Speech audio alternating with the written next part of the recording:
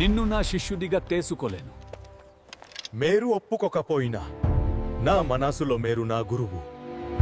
నేకుది బొతనవేలు నాకు గురుదక్షిణగా ఇవ్వు. ఇది నా భక్తి.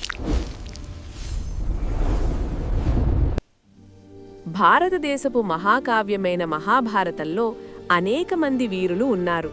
కొంతమంది రాజులు, కొంతమంది యోధులు.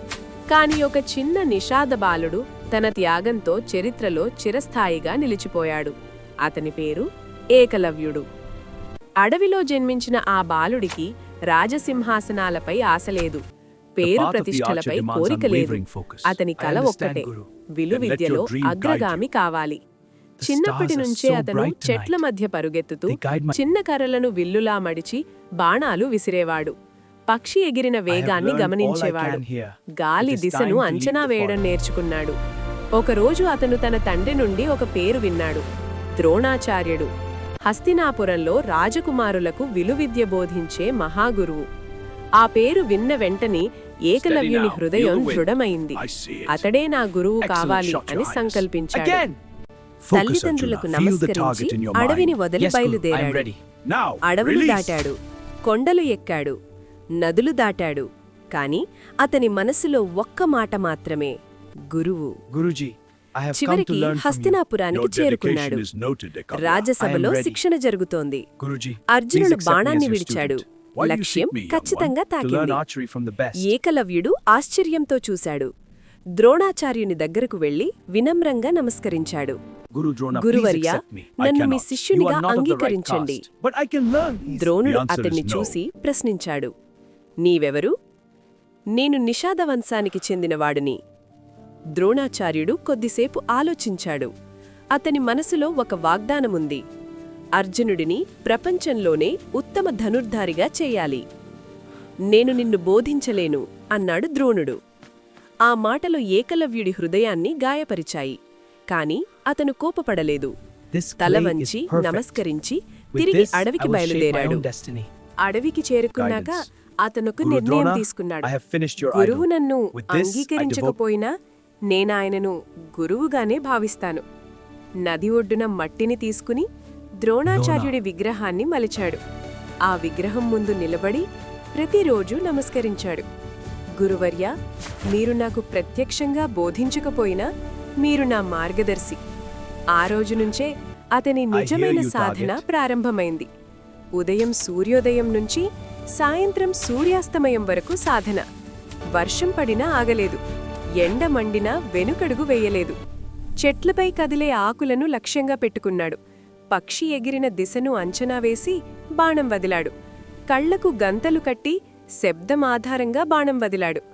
కాలం గడిచింది. ఏకలవ్యుడు అసాధారణ నైపుణ్యాన్ని సంపాదించాడు.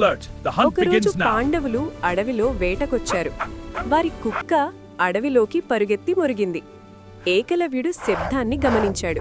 కుక్కకు హాని చెయ్యకుండా అతని నోటిని బాణాలతో మూసేశాడు. పాండవులు ఆశ్చర్యపోయారు. ఇది ఎవరి నైపుణ్యం? వాళ్లు ఏకలవ్యుడిని కనుగొన్నారు. నీ గురువెవరు అని అడిగారు. ఏకలవ్యుడు మట్టితో చేసిన విగ్రహాన్ని చూపించాడు. Who taught you archery, Ekalavya? My Drona, I will learn from you, no matter what it takes. What is this? Incredible power! I have never seen such a thing! Brothers, look! ఈ విషయం ద్రోణాచార్యుడికి తెలిసింది. అతను అడవికి వచ్చాడు. నీవు నా శిష్యుడివని చెబుతున్నావా అని ప్రశ్నించాడు. ఏకలవ్యుడు నమస్కరించి, అవును గురువర్యా. ద్రోణుడు తన వాగ్దానం గుర్తుచేసుకున్నాడు. అర్జునుడిని ఉత్తముడిగా చెయ్యాలనే సంకల్పం. అయితే నాకు గురుదక్షిణ ఇవ్వాలి. నీ కుడి బొటనవేలు ఇవ్వు. అడవి ఒక్కసారిగా నిశ్శబ్దమైంది. ఏకలవ్యుడు ఒక్క క్షణం కూడా వెనుకడుగు వేయలేదు. తన కత్తితో తన బొటనవేలు కోసి ద్రోణుని పాదాల వద్ద ఉంచాడు. రక్తం కారుతోంది. కాని అతని ముఖంలో బాధలేదు, గౌరవం మాత్రమే. బొటనవేలు లేకుండా ధనుర్విద్య చాలా కష్టం. కాని ఏకలవ్యుడు సాధన ఆపలేదు. కొత్త పద్ధతిలో విల్లుపట్టడం నేర్చుకున్నాడు. తన పరిమితిని అంగీకరించి కూడా ముందుకు సాగాడు. అతని నైపుణ్యం తగ్గినా అతని మహత్వం పరిగింది. ఏకలవ్యుడి కథ మనసును కదిలిస్తుంది. ద్రోణుని నిర్ణయం ధర్మమా లేక సమాజపు కఠిన నియమాల ప్రతిఫలమా? ఏకలవ్యుడు మాత్రం ద్వేషం పెంచుకోలేదు. అతను తన గురువును గౌరవించడమే Time for the new కొనసాగించాడు. grip. అతని త్యాగం చరిత్రలో Not good అమరమైంది. రాజులు కాలక్రమంలో మరిచిపోతారు, యుద్ధాలు ముగుస్తాయి, కానీ ఒక చిన్న నిషాదబాలుడు చేసిన త్యాగం యుగయుగాల పాటు నిలుస్తుంది. ఏకలవ్యుడు ఓడిపోయినవాడు కాదు. అతను తన అహంకారాన్ని కాదు, తన ప్రతిభను త్యాగం చేశాడు. అది పరాజయం కాదు, Guru Bhakti is the అది heart surrender to మహత్తరమైన divine. విజయం. ఈ కథ మనకు చెబుతోంది, నిజమైన గొప్పతనం శక్తిలో కాదు, భక్తిలో ఉంది. ఏకలవ్యుడు త్యాగానికి ప్రతీక, గురుభక్తికి శిఖరం, అమరగాథ.